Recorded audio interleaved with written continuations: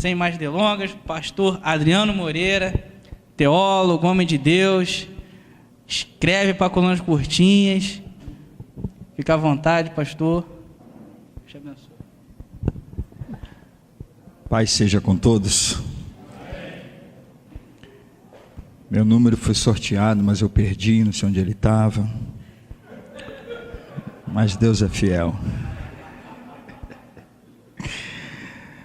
Meus amados, é com muita alegria que nós estamos participando deste evento e junto com os demais colegas, pastor Charles, pastor Diego, professor William, e podendo de alguma forma contribuir com o reino de Deus, com a obra do Senhor. E a nossa temática é falar sobre as mudanças que devem acontecer, onde as mudanças devem acontecer.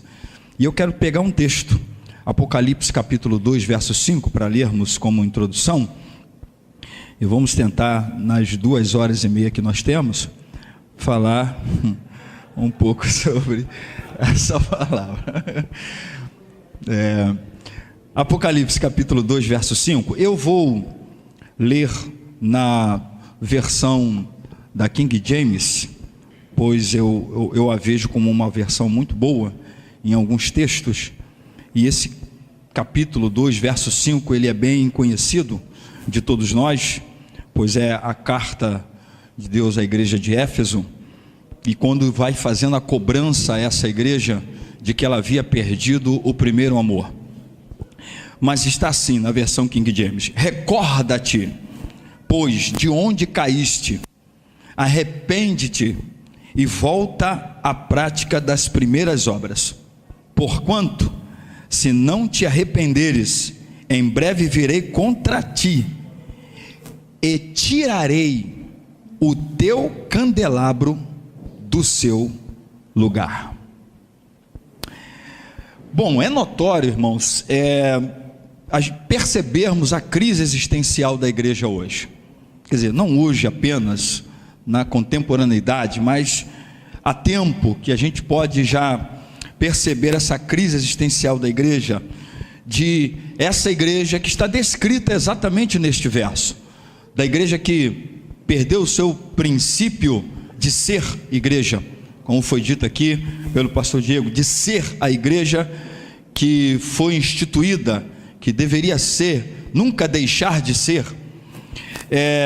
Essa igreja que suspira por uma vida mais saudável, uma igreja que suspira por uma espiritualidade mais sadia, uma igreja que também suspira por uma existência mais curada, mais sarada, mais saudável na vida espiritual, no seu dia a dia.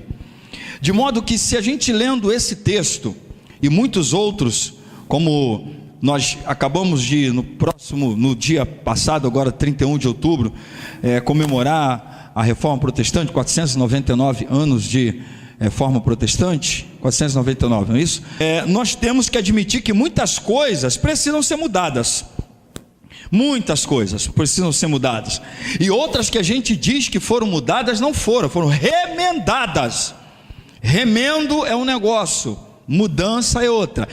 E diga-se de passagem, até para profissionais aqui hoje que trabalhem em alguma área e que façam algum tipo de reforma, dá mais trabalho, tem mais gasto, perde-se mais tempo reformando do que reconstruindo, do que voltando ao princípio, do que começando de novo do zero e vamos construir de novo.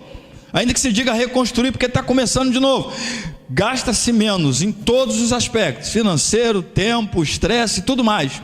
E por isso que talvez a gente tenha se perdido tanto na caminhada, porque a gente fica nessa da reforma, de reforme aqui, remende lá. Reforma que eu digo apenas o termo reforma, e não de voltar a princípios estabelecidos por Deus nas Escrituras Sagradas, no Evangelho, para a gente verdadeiramente viver no Evangelho. Então a gente está num processo, por isso muita coisa precisa ser mudada. Então, dentro da pergunta, ou de que nos foi submetida, onde as mudanças devem acontecer, são muitas, mas dentro das 2h30 que eu tenho, não vai dar para falar dessas todas, eu pelo menos escolhi 4, que precisam ser mudadas. A gente está no processo. Eu costumo dizer que a gente ainda não está restaurado, a gente não está convertido. A gente, de acordo com Hebreus 10, 14, a gente é salvo e está sendo salvo. A gente é santo e está em santificação.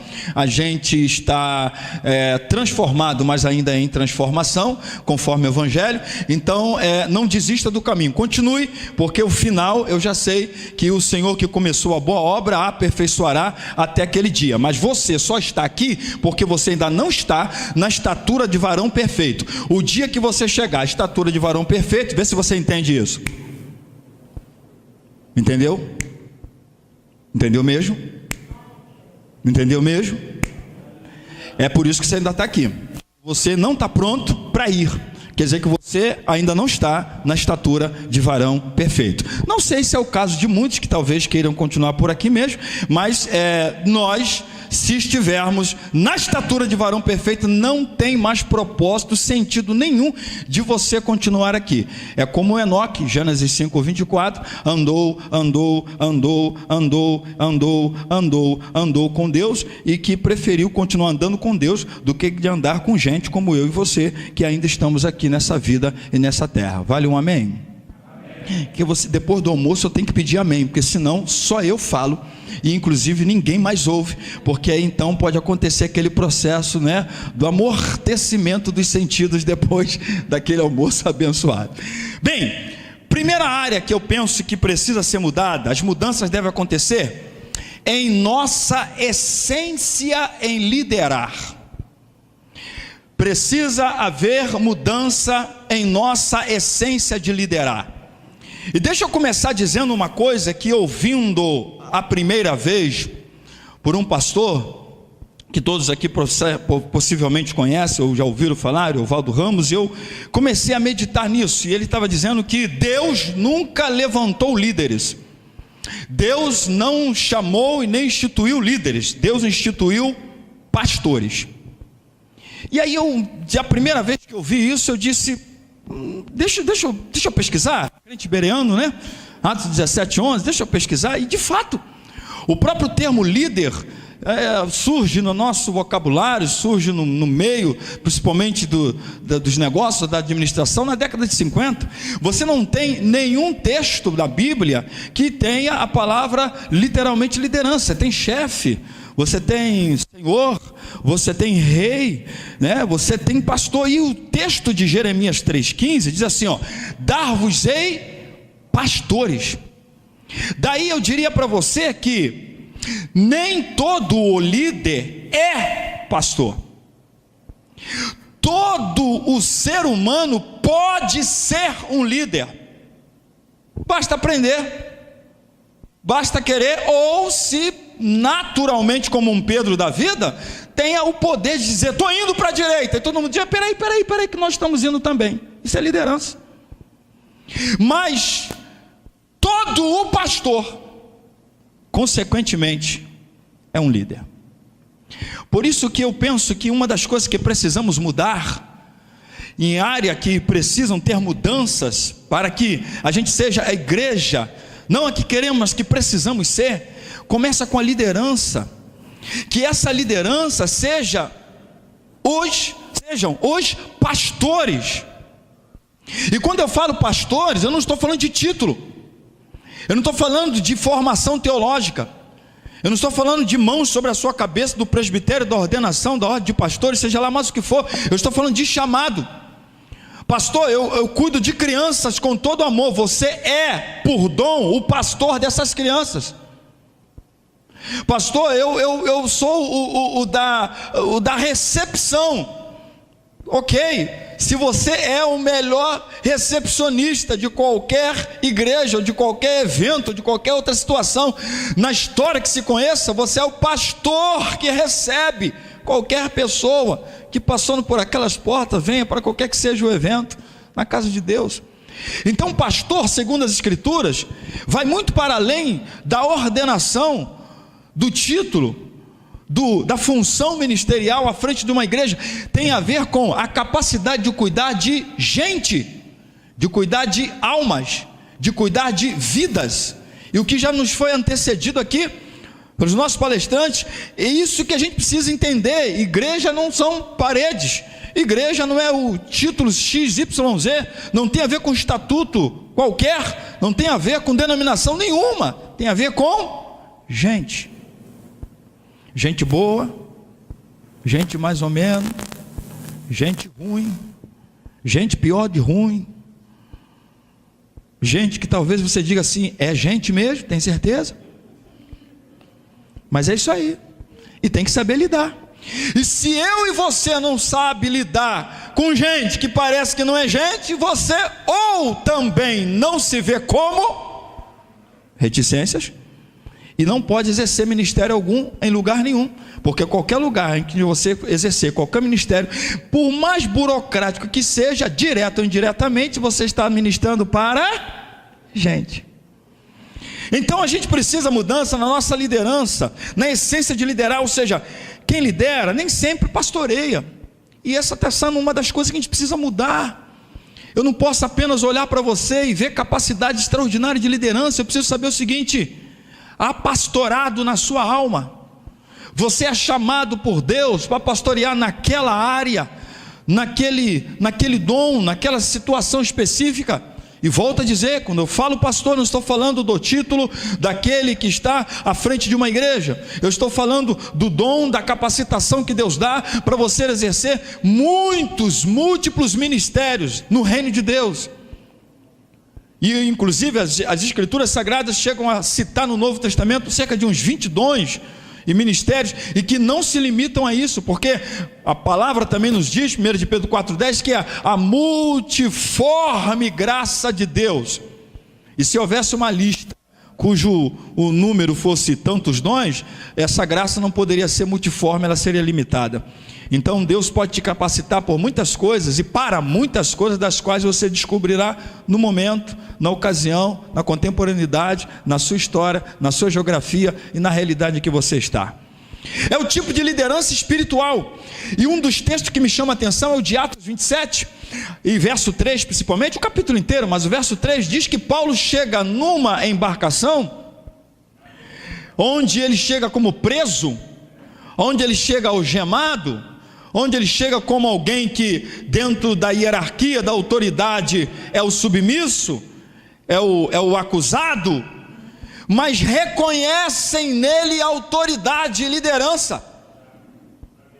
E aí até quem é o responsável por aquela embarcação vai dando a ele algumas priores como líder daquela embarcação. E depois todos nós já sabemos, quando a turma já está morrendo por antecedência, porque pararam de comer, jejum forçado, jejum por livre e espontânea pressão, porque estava a embarcação quase por ir a pique. E aí à noite o Senhor aparece a esse moço chamado Paulo e diz para ele assim: ó, manda essa turma comer, porque eu não quero ninguém morrendo por antecedência não. Diga para todos eles que nem um fio sequer da cabecinha deles vai cair, e eu guardarei. E vocês, ó, e diga para eles o seguinte: o barco, vai explodir, vai dar nas pedras, vai acabar com tudo, mas nenhuma das 276 pessoas que estão no barco vão morrer. Então presta atenção, como é que a gente ainda está crescendo na fé. Imagine você dentro de um avião, aí Deus diz para você dizer para o piloto que o avião vai cair, mas que o Senhor que disse que o avião vai cair, também diz para você que do piloto até o mais novo dos, os passageiros, tripulantes também, não irão morrer. E aí? Mas foi isso que Deus disse para Paulo. Aí Paulo levanta de manhã cedinho e diz assim: ó, o Deus a quem eu sirvo e de quem eu sou mandou a gente comer. Vamos comer, vamos tomar café, vamos almoçar. E olha, antes da gente comer e tomar café e almoçar, o barco vai explodir, aleluia.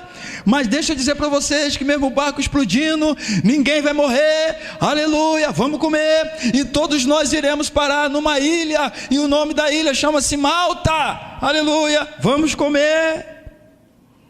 Um homem que teve uma liderança, não chegou se apresentando, entende? Se você tem pastorado de Deus na sua vida, na área que Ele tenha te chamado, pastorado é liderança, capacidade de cuidar de gente, Você não precisa de outdoor. Você não precisa nenhuma seta apontando para você. Você não precisa de ser peixinho de ninguém, nem peixinho, nem tubarão, nem nada dessa natureza. Você não precisa de nada, porque o Deus que chama é o Deus que diz quem você é. E se você é, como foi dito aqui pelo pastor Diego, quem não é porque não é, e é assim que é. Uma vez alguém perguntou: pastor, o que é unção? E eu tive dificuldade de responder. Aí fui perguntar a um experiente, né, na fé e de muitos anos de ministério: pastor, o que é unção? Ele falou: rapaz, eu também ainda não soube explicar isso não, que isso é um negócio sério. Mas eu só sei dizer o seguinte: uns são e outros não. É assim que eu hoje, quando alguém pergunta: o que é unção? Uns são, outros não. Porque quem tem unção, quem tem a graça, quem acha, você sabe que é, senti, percebeu, percebi, entendeu, entendi. Mas como é que é? Não sei, só sei que é, pronto. E quando não é? Quando não é, eu também não sei dizer por que não é, só sei que quando é. Então unção é isso aí, uns são e outros não. E os que não são, você também sabe que não são. E os que são, você sabe que são. Então essa é a primeira mudança que eu penso que precisa ser feita, que a gente precisa mudar. E isso a obra de Deus tem sofrido muito, porque a gente não tem visto pastores, a gente não tem visto gente a quem Deus tem chamado para uma liderança, gente que Deus tem capacitado para uma liderança, e a gente tem sofrido muito com isso. E nós, inclusive os ordenadamente pastores, precisamos entender isso também, que não é apenas a nossa formação teológica, seja você também na área que for, não é só apenas uma formação naquela área, não é só apenas o fato de ter sido reconhecido ou eleito pela igreja, por uma assembleia, seja como for, você precisa saber se você é o chamado, aquele a quem Deus disse: eu vos darei, eu vos darei, eu vos darei. É Deus que dá, não somos nós. E a gente precisa mudar nisso, porque Deus dá gente que a gente não daria, nem receberia, nem olharia, e nem coisa nenhuma dessa natureza. Deus dá. Aí às vezes você olha para alguém e diz assim: Deus levantou isso, isso é a pessoa. Deus levantou isso, misericórdia. Tanto ele quanto você, entendeu? São esses issos que Deus levantou. Um isso aqui, por exemplo, falando a muitos issos que estão aí. Então são vários issos reunidos que Deus levantou. Vale um amém? É para animar, que depois do almoço, né, sabe como é que é. Então, Ele é o único que trabalha com quem Ele quer. Segundo, as mudanças, além de acontecer em nossa essência de liderar, eu entendo que elas têm que acontecer em nossa forma de se relacionar. Igreja é relacionamento. A única razão que Hebreus 10, 25 diz que a gente não pode deixar de se congregar é por causa de gente. Eu prego na laje, eu canto debaixo de chuveiro, peladão, e Jesus recebe o meu louvor também, para contribuir, inclusive nas dificuldades, nas facilidades de hoje.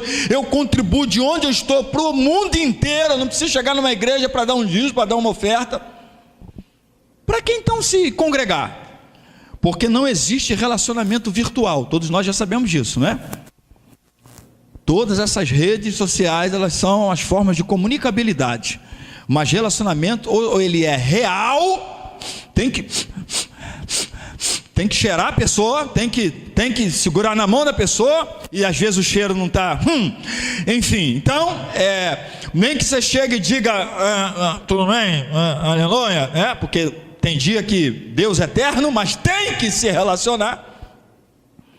Se não houver relacionamento do tete a tete, do cheiro no cheiro, no olho, e que se segure, que se abrace, que se beije, que se diga como é que está, como é que não está, e etc e tal, não existe relacionamento virtual. A gente tem a mania de dizer: amigos, você está do outro lado do planeta, amigo, mas ainda não se encontraram, ainda não dá para dizer assim, amigo, assim, na profundidade do significado da palavra. Essa é a única razão da gente se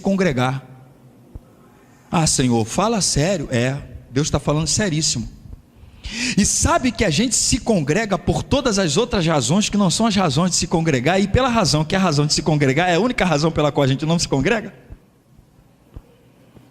Você não vem à igreja por causa do irmão. Você não vem à igreja inclusive por causa daquela gente que você diria: sangue de Jesus tem poder, está amarrado para trás de mim.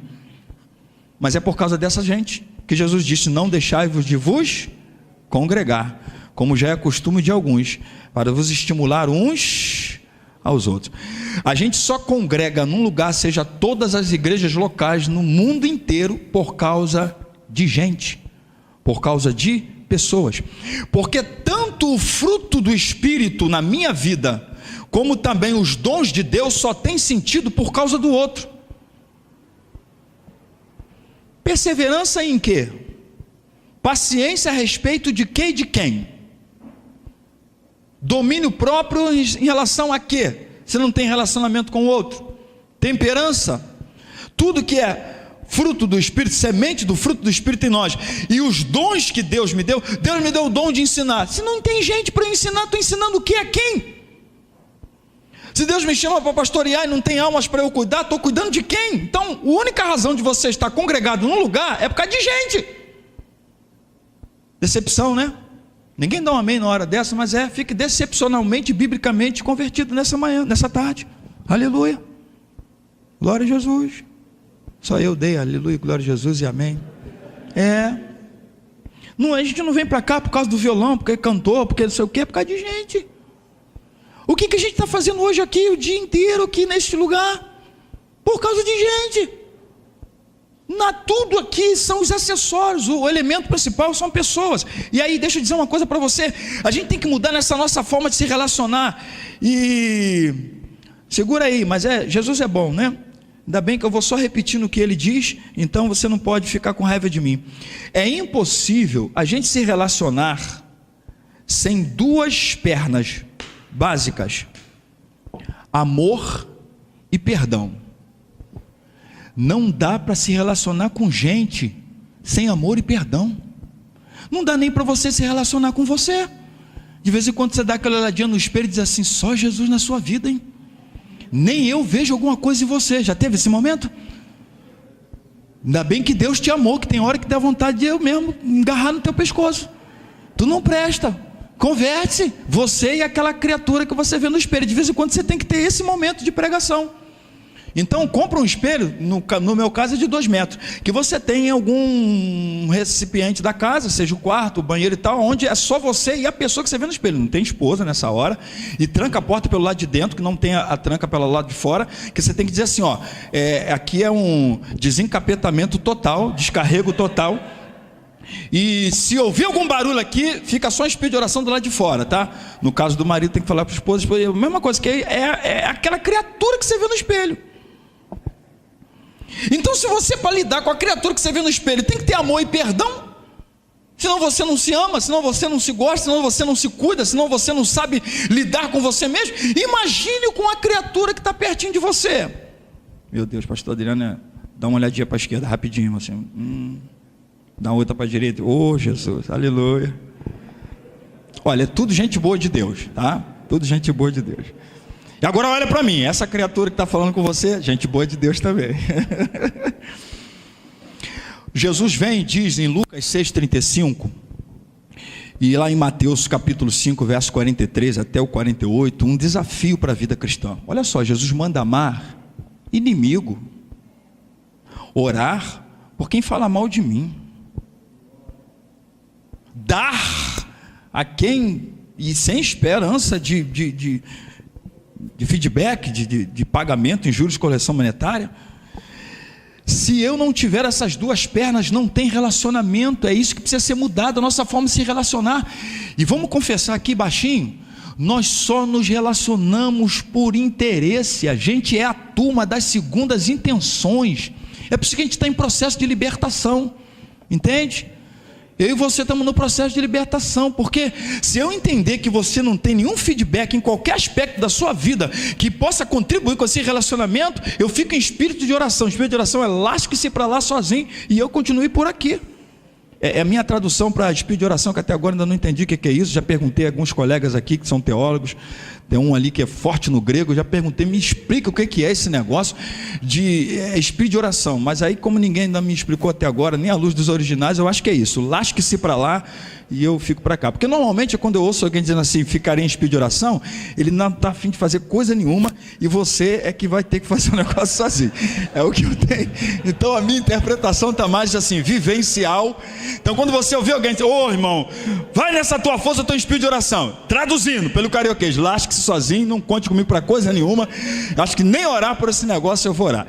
É a tradução que eu estou tendo. Até que alguém possa me ajudar um pouco mais a entender isso. Amor e perdão estão na ordem do imperativo na Bíblia. Quando eu li isso a primeira vez como novo convertido, desde meus 11 anos de idade, como é que se ama? Com ordem, amai. Não entendi. Eu tô esperando ainda um momento maravilhoso, que eu possa ir lá perdoar o irmão, ainda não estou sentindo. Aonde está escrito que tu tem que sentir alguma coisa?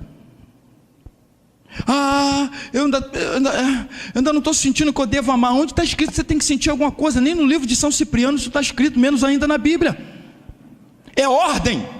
É porque segundo o Novo Testamento, amar e perdoar é ação, nunca foi emoção. É atitude, não tem tempo bom. O tempo bom para você amar nunca vai chegar. O tempo bom para você perdoar nunca vai chegar. É a atitude que você tem que ter. A consciência transformada, Romanos 12, 2. E a atitude. Pastor, então como é que funciona? Pensa no trem. O maquinista é você, que entendeu para onde você está indo. O primeiro carro é o carro que é a força motriz, como fosse a máquina que está puxando os outros vagões. Qual é a máquina que está na frente? Onde o piloto é você. Consciência. Transformados pela renovação do vosso entendimento, para não entrar na forma desse mundo. Está lá, você entendeu. E cá atrás, talvez seja até o último vagão, é o vagão da emoção. Ainda não senti, o coração ainda não bateu. Está lá, às vezes, de repente é o último vagão. Mas o vagão da consciência, onde o piloto é você, sabe para onde está indo e vamos embora. E como é que fica o último vagão, se ele está ligado a toda a composição? Vai atrás. Aleluia. Vai atrás. Se tiver alguém dormindo, tu dá um aleluia e faz assim, aleluia. Como se você estivesse sentindo alguma coisa para acordar, tá? Vai atrás.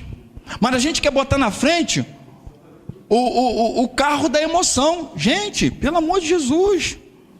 Até para nós que pastoreamos igrejas locais, se você botar a emoção na frente, gente, tem dia que você quer pular do terceiro andar. É por isso que eu sempre digo, os alunos ficam às vezes preocupados, assim, quando eu encontro a turma que fica no negócio do terceiro andar, que vai pular, por favor, não deixa pastor Adriano passar. Porque eu já venho com a mão assim, olha para mim. Você está lá no meio, porque se eu passar, eu já venho com a mão assim. Chego perto de você e digo assim, olha só, enquanto você está nessa prova de tribulação de vai pular, não vai pular, a gente tem que atender alguém ali, a gente tem que orar por alguém, a gente tem que visitar alguém, a gente tem que pregar a palavra, tem que expulsar um demônio ali, a gente tem que fazer algum... Dá para ir comigo, depois a gente vê esse negócio, se você pula ou não, ou a gente já antecipa esse negócio, que é para poder não perder tempo no reino de Deus, e ninguém mais passar aqui também para ficar nesse negócio, tadinho, coitado, aí você impede, eu tenho pressa, tá rápido, como é que é, irmão? E a mão assim, já se aproximando. E normalmente quem fica nesse vai logo, o sangue de Jesus tem poder. Não, então para com essa besteira cretina, e crentina também. Se vai pular, eu ajudo. Se não vai pular, vamos expulsar um demônio ali, um gadareno de preferência, que é para a gente poder ser curado nesse negócio.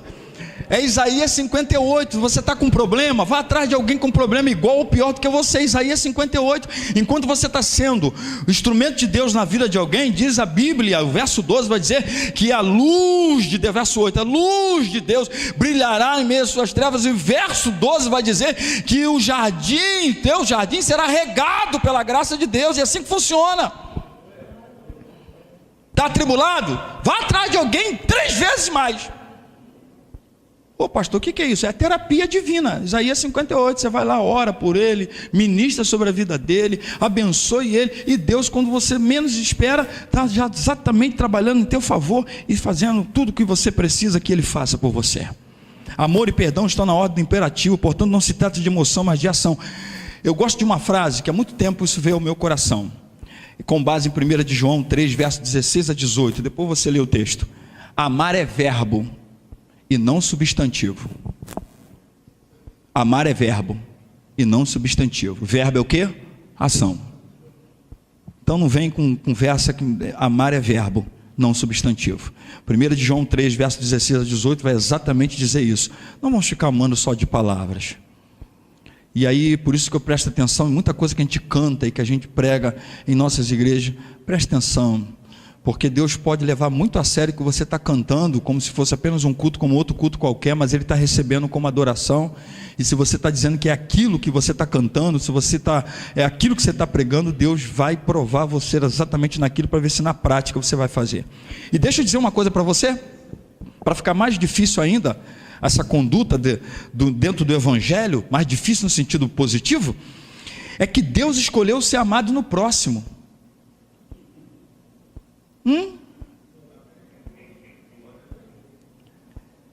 Não existe amor a Deus assim, no vertical, não, é horizontal vertical. Ué, não entendi. Mateus 25, verso 41 em diante.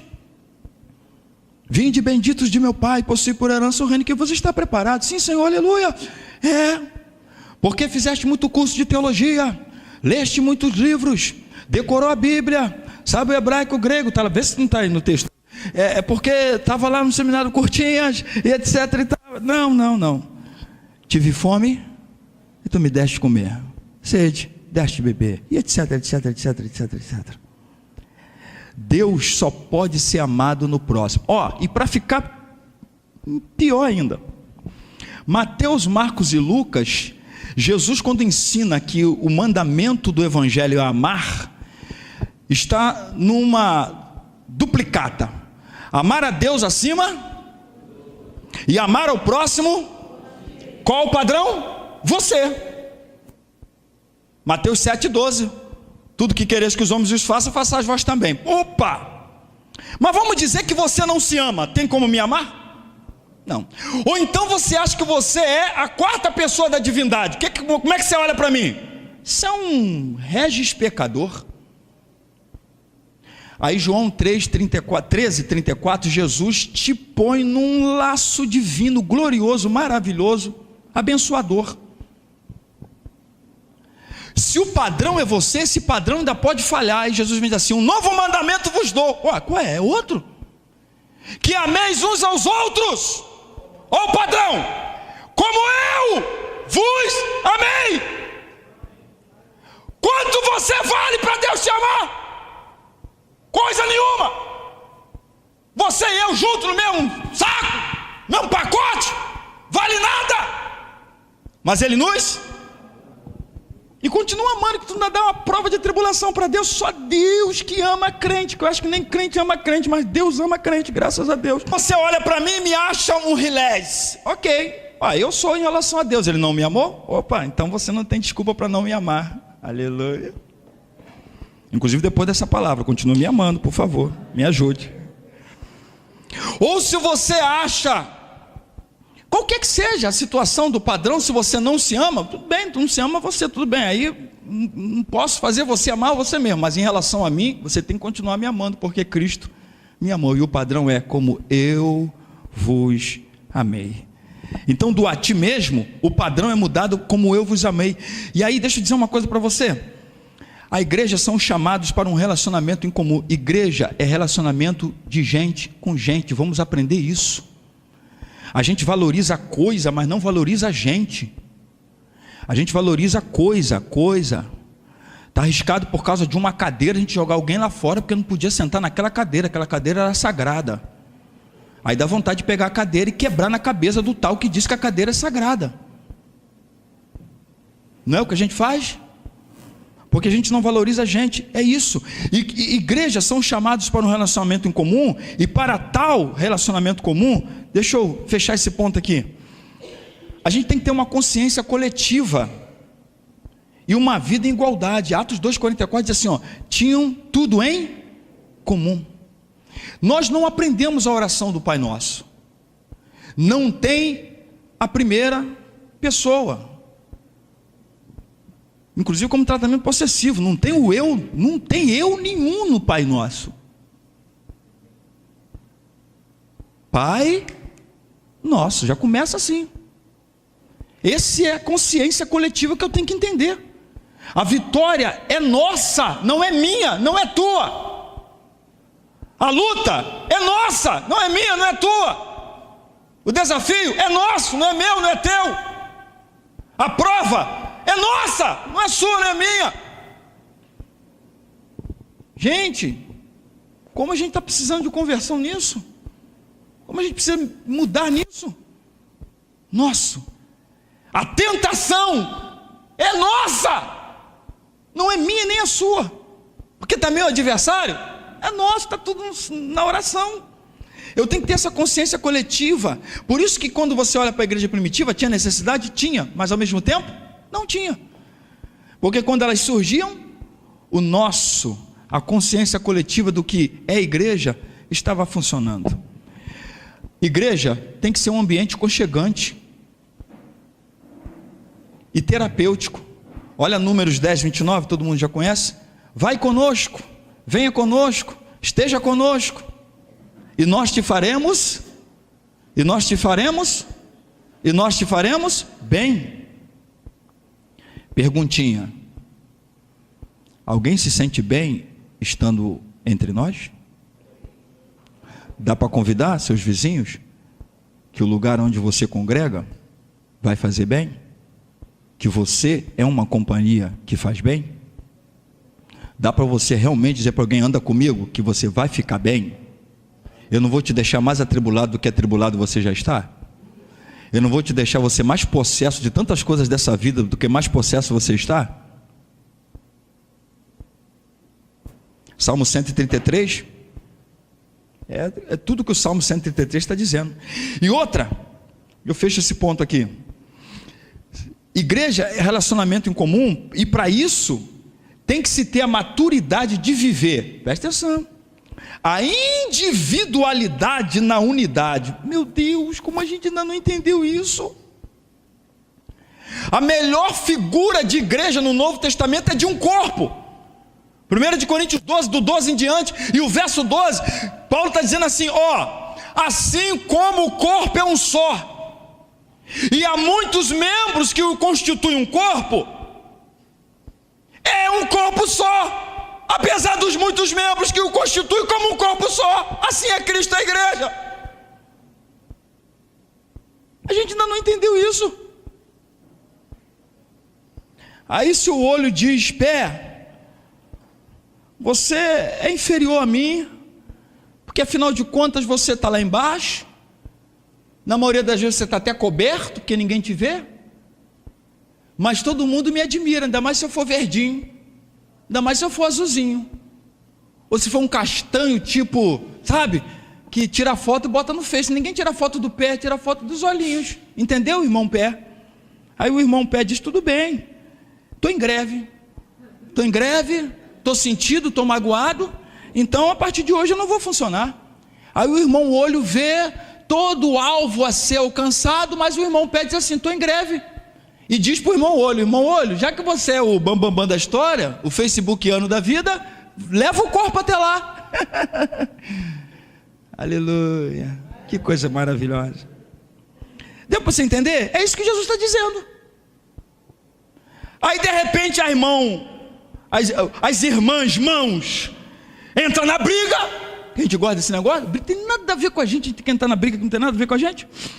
Aí diz para o irmão pé: ai, estou contigo nessa também. Aí vira para o irmão olho: a partir de hoje também não estou trabalhando. Estou na unidade de propósito. Propósito de quê? Né?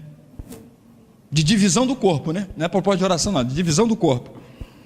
Aí chega uma hora do almoço, como hoje, o irmão olho vê aquele prato. A irmã boca diz assim, tá na hora. Ó, o irmão olfato, nariz diz, mas aí as irmãs mãos dizem assim, estou em greve também, que eu estou no propósito de oração com os irmãos pés, porque a gente está sendo meio que diferenciado no corpo. Como é que se come, gente? Já pensou? Comida lá e você tem que ficar fazendo assim, porque os irmãos, é isso que Jesus está dizendo. Quantos corpos são? É um. Mas esse corpo só é um porque tem muitos membros, e cada membro precisa entender que, se não entendermos que fazemos parte de um só corpo, não tem corpo, está mutilado, a coisa não funciona. Aí eu não entendo a tua função no corpo, eu não entendo a minha função no corpo, aí eu divido o corpo, ou me acho melhor do que você. Não existe o melhor, é cada um na sua função dentro do corpo, e que unificado faz o corpo ser corpo. Quando é que a gente vai entender isso? Quando é que a gente vai compreender essa coisa simples, tão simples, dita nas Escrituras Sagradas?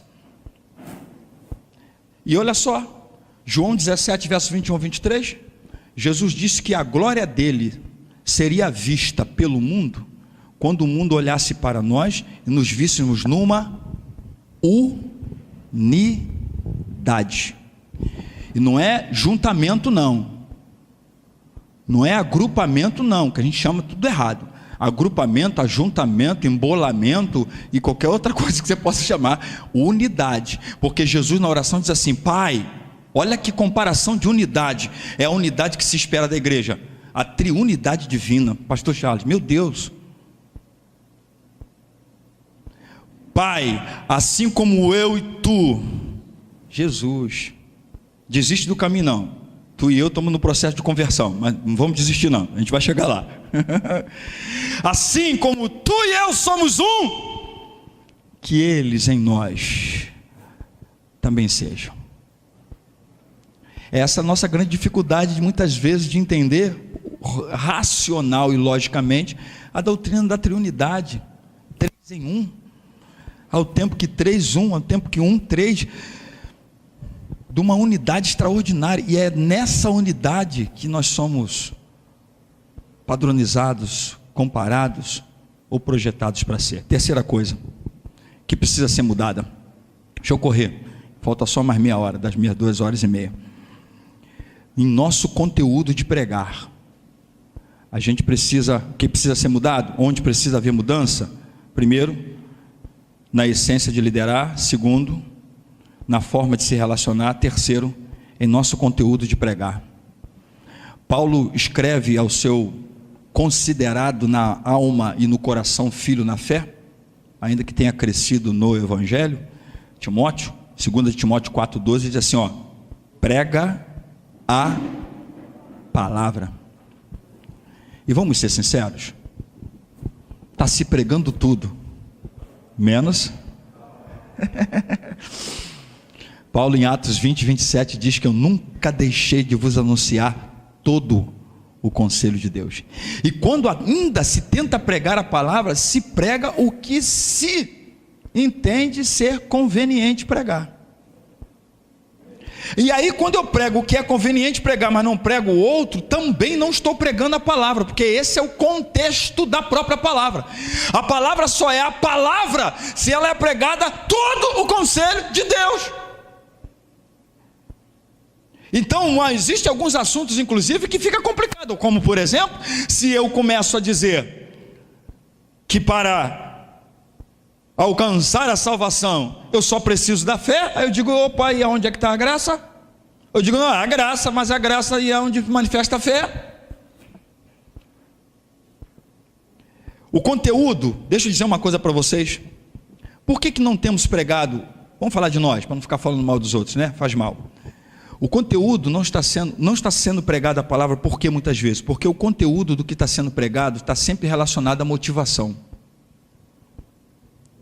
Se a minha motivação for egoísta, eu vou pregar uma outra coisa, provavelmente que não é a palavra. Se a minha motivação é altruísta, é o outro, é o próximo, opa, eu já estou no caminho de pregar a palavra. Se a motivação da minha pregação sou eu, eu estou pensando em mim, em todos os sentidos que você possa imaginar, financeiro, sei lá, qual for, eu provavelmente não vou pregar a palavra. Mas se eu estou pensando no próximo, se eu estou pensando no semelhante, opa, eu posso estar no caminho da palavra. Com que motivação você prega? Qual é a sua motivação do pregar? Qual é a sua motivação do ensinar? Por isso, como disse o professor William aqui, a gente encontra algumas exceções à regra. As exceções no que diz a gente que se pode contar para fazer. Às vezes um trabalho maravilhoso como esse aqui. Porque às vezes a questão está na motivação. O cara é um bom orador? Opa! Tem conhecimento? Forte, nome? Qual é a motivação? Dependendo da motivação, não tem William, não tem Charlie, não tem Adriano, não tem Diego, não tem ninguém. Estou fora. Isso é furada. Vão vocês, eu ficarei em espírito de oração. Ficarei em espírito de oração. Entende? Essa que é a questão. Nós precisamos, segundo o Hernandes Dias Lopes, de bocas de Deus, para continuarmos ouvindo a voz de Deus. Eu digo continuarmos, porque o meu Deus, segundo as Escrituras, e eu sei, continua falando. Hebreus 1:1 é um dos textos. Jó 33, 14, 15 é outro texto. Deus fala muitas vezes, de muitas maneiras, nós é que não ouvimos. As cartas do Apocalipse, quem tem ouvidos, ouça. Deus continua falando, ainda que a gente precisa de mais bocas de Deus, para continuarmos a ouvir a voz de Deus, porque tem muita coisa sendo dita e que não é por bocas de Deus, portanto não é a voz de Deus. O que acontece? A gente precisa de mais palavra, e até menos de teologia, porque a teologia nada mais é do que a interpretação da revelação, e a maioria que quer interpretar a revelação, não teve a revelação, não recebeu a revelação, não entendeu a revelação, não assimilou a revelação, não degludiu, não digestiu a revelação, e está querendo interpretar a revelação. Aí você tem um monte de teologias aí que até Deus fica dizendo, os anjos dizem, Senhor, que gente criativa, Pai. Porque a gente tem que conhecer a palavra. Significa dizer que nós acessamos muitas escrituras, aos que acessam, né? Mas às vezes não enxergamos muito a palavra. Nós lemos o que está escrito quando lemos, mas não conseguimos discernir o que está dito. Amai-vos uns aos outros. Você leu, não é o que está escrito? Tá, o que está dito aí? Nós lemos a palavra, mas não discernimos o espírito da palavra, e nem a palavra do espírito. Examinamos a escritura, mas não alcançamos a revelação. Por isso, a gente precisa da mudança do conteúdo do pregar. E aí eu termino. Nessas meia hora, ainda são meia hora ainda, tá? Nessas meia hora que ainda me falta. A gente precisa mudança em nosso nível de comprometimento com o reino. Vamos falar baixinho? Nosso compromisso é superficial demais. Só porque a gente frequenta domingo a igreja, só porque o nosso dízimo chega lá nos cofres da igreja, a gente diz que tem compromisso com o reino de Deus. Quem te ensinou esse negócio? Onde tu leu isso? Só porque você foi batizado, faz parte do rol de membro daquela igreja, e de vez em quando você dá a sua contribuição de alguma coisa, ou porque você tem um cargo eleito na igreja. Quem te disse isso? Olha o que Paulo diz. Vê se um dia seria possível dizermos isso. Atos 20, 24. Presta atenção. Em nada eu tenho a minha vida por preciosa. Traduzindo, minha vida não tem valor, senão, conquanto que eu cumprir é terminar, concluir, Essa coisa que você começa e depois diz: fui. Para onde? Acabei. O quê? Cumpri o ministério que recebi do Senhor. Ó o pastoreio, ó a vocação, ó o talento, ó o chamado. O ministério que recebi com o Senhor, para exercer com alegria. Ó, cadê o sorriso?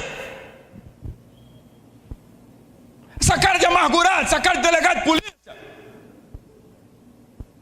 a cara de quem está chupando limão faz muitos anos na vida. Pelo amor de Jesus. Expulsou os demônios e os anjos também. Até os anjos disseram: pai, vamos ali, daqui a pouco a gente volta, que essa cara está amarrado, está repreendido. Contanto que eu cumpra, está no texto, com alegria, o ministério que eu recebi do Senhor. O que está faltando na gente é satisfação de ser o que tem que se ser, como disse o pastor Tiago, e de fazer o que se tem que fazer. Se não houver satisfação, se ache, se encontre, porque você está matando pelo menos 4 pessoas: você, quem está ao seu redor, o ministério, vamos ficar em 3, e o ministério que você está exercendo, porque você está exercendo por todas as razões que não deveriam ser. A única razão é satisfação. Uma vez fui convidado para trazer uma palestra num seminário. Aí chegou lá, deu a hora da palestra. Aí eu estou vendo a pessoa convidando, me cozinhando assim, para não me colocar lá na sala que era para. Aí quando eu vi que já estava passando quase meia hora, eu perguntei: irmão, mudou o horário? Aconteceu alguma coisa? Aí a pessoa disse assim: pastor, eu estou até sem graça de dizer ao senhor. É que eu convidei o senhor para trazer essa palestra aqui, não sei o que aconteceu, não apareceu seminarista nenhum, só tem uma pessoa lá na sala para esperar o senhor. Se eu estou aqui sem saber, a gente vai levantar, eu vou de repente esperar mais 10 minutos e se não chegar mais ninguém, a gente suspende e tal. Eu digo: bom, suspender por quê? Não, me preparei, eu vim falar. E pergunta a pessoa se ela vai querer me ouvir. Se ela quiser me ouvir, eu vou falar. Qual o problema? Aí cheguei lá na sala, mais ou menos quase desse tamanho aqui, um pouco menor. Só estava a pessoa, falou assim: olha só, não fica assustada não, tá? Se eu bater na mesa, se eu bater no quadro, que era uma sala se eu bater na mesa, se eu bater no quadro, se eu gritar, fica assim mesmo, vai escrevendo mesmo, tremendo, mas continua aí, é isso aí mesmo. E foi assim, falei 1h10, acabou, não teve problema nenhum não, com a mesma alegria se fosse 1000. Sabe o que eu quero dizer para você? Tem que se ter satisfação de fazer, não me interessa. Olha, é um chutinho na canela mesmo. Se você estiver me ouvindo aqui hoje, glória a Jesus, bem-aventurado és tu. Se também não estiver me ouvindo, também eu não tenho crise com isso aí também não, tem dificuldade nenhuma não, fica triste comigo não, tá? Porque eu tenho alegria de fazer o que eu faço. Eu sei para que eu fui chamado, e eu sei para quem eu estou fazendo. E quando disse Jesus: quando eu faço para você, em você, se ele escolheu ser amado em você, eu olho para você, mas eu sei quem eu estou enxergando quando eu olho para você, e não é você. Você vai apertar minha mão, aleluia, a gente fica com um sorriso, né? Ô irmão, papai, também se não apertar, eu volto de novo. E aí, em vez de 2h30, vai ser 4 horas e 5 horas.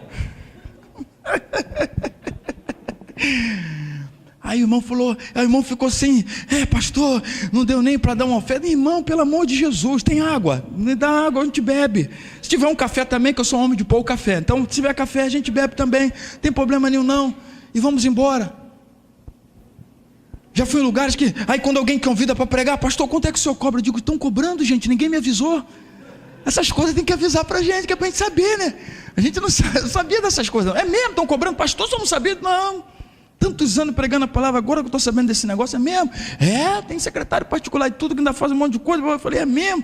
Gente, eu estou formado agora. E quanto é que o senhor cobra? Eu falei: bom, como eu estou fora desse mercado, eu não cobro nada não. É oração, né, e tal, e aleluia, e a gente chega lá. Aí tem lugar que abençoam, e tem lugar que não abençoam, que dá aquele abraço, dá aquela beijoca, maravilha e tal, e você volta. Como já fui para alguns lugares onde eu fui com combustível, já viu aquela ponta do combustível no amarelo, dizendo assim, ó: pela fé eu chego lá. O ponteiro dizendo para você: mas pela fé eu não sei se eu volto para cá. Já fui pregar assim.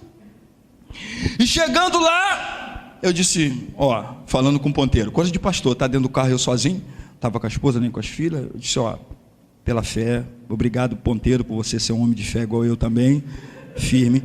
E eu acredito que na volta dá pra gente, né, te alegrar um pouquinho com o combustível e tal, mas fica firme aí, não desce mais não. Fui lá, preguei, trouxe a palavra. Quando voltou só foi um beijo, um abraço e vamos ali na cantina, pastor, e tá na cantina. Eu falei, ah, Jesus, eu estou comendo, mas o carro precisa comer também, Jesus, para eu voltar para casa. E aí que só eu comi mesmo lá na cantina. Quando eu voltei, liguei o carro de novo, aí eu olhei para o ponteiro e disse assim, olha só, eu não sei se você é um homem de grande fé, mas eu quero compartilhar com você, a gente tem que chegar em casa, pelo menos chegar em casa. Consegui chegar em casa, o carro morreu na rua de casa. Aí Deus, para provar a minha fé, você me voltou a convidar?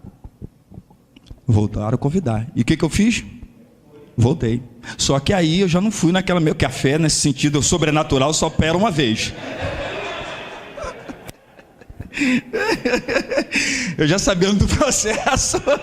Eu disse, olha, dessa vez não vou te colocar na prova não. Botei o combustível, tá teu para botar o combustível, vamos lá, pronto. Pregamos a palavra e voltamos. O que eu quero que você entenda, estou dando essa experiência, satisfação. A gente vê hoje gente querendo pular do terceiro andar, gente querendo parar ministério porque não entendeu por que está fazendo o que está fazendo. Com ou sem reconhecimento, ainda que tudo isso é bom para a alma da gente, a gente precisa reconhecer-nos uns aos outros, sim, isso é verdadeiro, isso é bíblico, mas se isso não acontecer, eu sei para quem eu estou fazendo. E faço com alegria, eu faço com satisfação. Se me citar o nome, se me agradecer ou não, se aparecer no boletim ou não, não interessa. Eu sei para quem estou fazendo. E nem preciso anotar nada em lugar nenhum. Não tem aquela coisa de caderninho não, hein? Quantos lá que você visitou, quantas pessoas que levantou a mão, faz uma fogueira santa daqui, queima aquilo. Quem sabe já está anotado. E é Ele que vai dizer para você, Mateus 25, e você, na inocência da naturalidade de saber quem você é e fazer o que tem que fazer, vai dizer, Senhor, quando foi que eu fiz isso? Que coisa maravilhosa. Aí é Ele que vai dizer, olha, quando você fez isso. E normalmente é para gente que a gente nem pensa que é gente, porque no texto não tem nome de ninguém. A Bíblia chama apenas de pequeninos. Pequeninos é que na sociedade a gente entende que nem gente é. E quando você faz para quem na sociedade pensa-se que nem gente é, está fazendo a quem você sempre deveria ter feito, que é para Ele. Amém? E eu fecho aqui. A gente precisa ter comprometimento com o reino, ação de exercer uma fé bíblica e coerente. São Francisco de Assis, que todos nós sabemos que foi um cristão, mesmo depois de sendo canonizado pelo catolicismo romano, nos seus muitos escritos tem uma frase que ele diz assim: pregue o evangelho, ponto. Se necessário, fale. A gente, quando fala de pregar o evangelho, a gente pensa em quê? Microfone. Microfone tem um poder extraordinário, né? A turma, quando pega microfone, muda até a voz. Microfone tem um poder extraordinário que eu ainda não consigo entender o que é. Mas ele está dizendo assim, prega o evangelho. Como é que eu prego o evangelho sem falar? Vida, comprometimento. E a tríplice marca do cristão é santidade em verdade e amor, conforme Jesus diz em João 17, verso 17, 19 e 26. E eu fecho aqui, porque quando Jesus faz essa oração lá em João 17, ele está falando sobre a igreja ser conhecida no mundo pelo seu compromisso com Ele, com o Evangelho e com a palavra. E lá no verso 17 ele diz assim, ó, santifica-os na palavra, a tua palavra é a verdade. Lá no verso 19 ele vai falar sobre amor. No verso 26 ele vai falar sobre unidade. Porque essa é a tríade que nos permite ter um verdadeiro testemunho cristão. Santidade, verdade e amor. Por que tem que andar essa tríade? Porque uma delas, qualquer uma, sem a outra, vai dar um outro resultado. E eu fecho. Santidade sem verdade vira hipocrisia. Eu não posso ser santo se não tiver verdade nessa santidade andando junta, porque senão vira uma hipocrisia, eu fico mostrando ser o que eu não sou. Santidade sem amor vira tirania, porque eu mato você em nome daquilo que eu entendo que é o dogma santo a que eu sigo, mas não tem amor para compartilhar com você. Verdade sem santidade é mentira, porque a santidade anda com a verdade. Então, se tem verdade em mim, mas não tem santidade, eu estou vivendo uma mentira. Verdade sem amor é legalismo. Mesma coisa que a gente vive por aí, em muitas igrejas. Uma chamada verdade que não tem amor para entender fraquezas, para entender limitações, para entender problemas, para entender gente, para entender pessoas, e vira um legalismo. E deixa eu até dizer uma coisa para você: se você tem experiências ruins, Jesus também teve. Marcos capítulo 3, verso 13, diz que Jesus estava no monte orando. Olha só, Jesus, hein? Se Jesus não se livrou, você então... Passou a noite toda orando. Quando ele desce naquela unção da revelação, escolhe 12. Olha, galera, eu vou falar pelo menos de 3. Filipe, Pedro, João e Tiago. 3 anos caminhando com ele, diz assim: Senhor, qual é o caminho mesmo? Como é que a gente chega ao Pai? Rapaz, tu está andando comigo 3 anos e meio. Eu te escolhi por divina revelação do Espírito Santo depois que eu desci do monte, e tu não sabe quem eu sou. Um Pedro que nega-o 3 vezes e na última xinga raivosamente, que ainda dá aquele tapinha nas costas dele: Senhor, não vai para a cruz não, a gente tem um outro caminho aqui. Eu senti de Deus um outro caminho. E que ele tem que olhar para Pedro e não falar para Pedro, mas falar para aquilo que estava naquele momento usando Pedro. E o texto de Jesus fala com quem tem que falar direto: para trás de mim, Satanás. Não fala nem o nome de Pedro. Aí tem um outro que aparece assim: Senhor, tu sabe que eu caminhei contigo esse tempo todo, mas Senhor, se aproxima um pouquinho aqui, eu posso tocar? Esse buraquinho aí, eu posso? Deixa eu sentir, o senhor sabe que eu preciso sentir. Aí ele diz: rapaz, bem-aventurado é quem não viu e creu. E o Judas? Jesus, tesoureiro do grupo, o cara de confiança do negócio, pai amado, 30 moedas de prata, o cidadão diz assim: vai lá, ainda dá um beijo. E só Mateus diz isso. É por isso que eu amo Jesus, que Jesus me massacra todo dia e eu fico mais apaixonado por ele. Judas vem e, como sinal de quem era o cara a quem a turma tinha que levar para ser preso, era um beijo. E Jesus, quando recebe o beijo, só Mateus diz isso, quando Jesus recebe o beijo de Judas, olha como Jesus disse: a que vieste, amigo? Viu como é que a gente ainda está precisando de muito evangelho na vida da gente? Desiste não, vamos continuar no caminho, que a gente está no processo de conversão e a gente chega lá. Amor sem santidade é paixão. Se eu digo que amo a obra de Deus, amo tudo, mas não tem santidade, não tem compromisso, não tem... vira paixão. E paixão é aquela coisa que põe você no terceiro céu hoje, mas pode amanhã deixar você no mais profundo do abismo da vida. E amor sem verdade é libertinagem, porque o amor tem que caminhar com a verdade, porque senão passa a ser apenas a cumplicidade, passa a ser apenas aquilo que não tem verdade na existência, vira libertinagem. E eu termino com uma pergunta. A gente sabe o que a gente precisa mudar, entre essas muitas outras coisas, mas a pergunta é: o quanto estamos dispostos a mudar? 2 Coríntios 3,18 diz que nós somos com a cara descoberta, somos transformados de glória em glória. Para a gente ser transformado, eu termino aqui. Deus diz que você tem que estar aqui. Olha aqui para mim, eu termino mesmo. Não é aqui que você tem que estar? Não é aqui o padrão de Deus para a sua vida? Pastor, aleluia! Mas para você chegar aqui, qual o processo? Tem que sair daqui. Olha para mim, olha o processo. Olha o processo. Já chegou lá? Não. Mas também não estou mais aqui. Olha o processo. Ao processo, até chegar aqui. O problema é que a gente quer chegar aqui, mas não quer sair de lá. Aí Deus diz assim: não precisa nem ler as escrituras, deixa eu lembrar do ensino fundamental, física, sei lá, 2 corpos não ocupam o mesmo espaço, e o mesmo corpo também não ocupa 2 espaços. Entendeu? Entendi. Então, para você chegar aqui, tu tem que sair daqui. E para eu sair daqui, eu tenho que entender que isso aqui está deformado.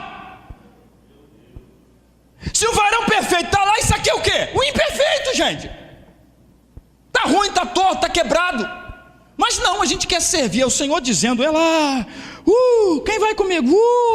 Aleluia, mas o abençoado, o cara de pau divino não sai daqui. Continua na síndrome de Gabriela. Você sabe a síndrome de Gabriela, né? Eu nasci assim, eu cresci assim, estou vivendo assim e vou morrer assim. E alguns ainda gritam, né? Gabriela, tem que sair daqui para chegar aqui. Aí a pergunta é essa que eu fecho: o quanto, porque tem preço, estamos dispostos a mudar? O quanto estamos dispostos para mudar? Que precisamos mudar, a gente já sabe.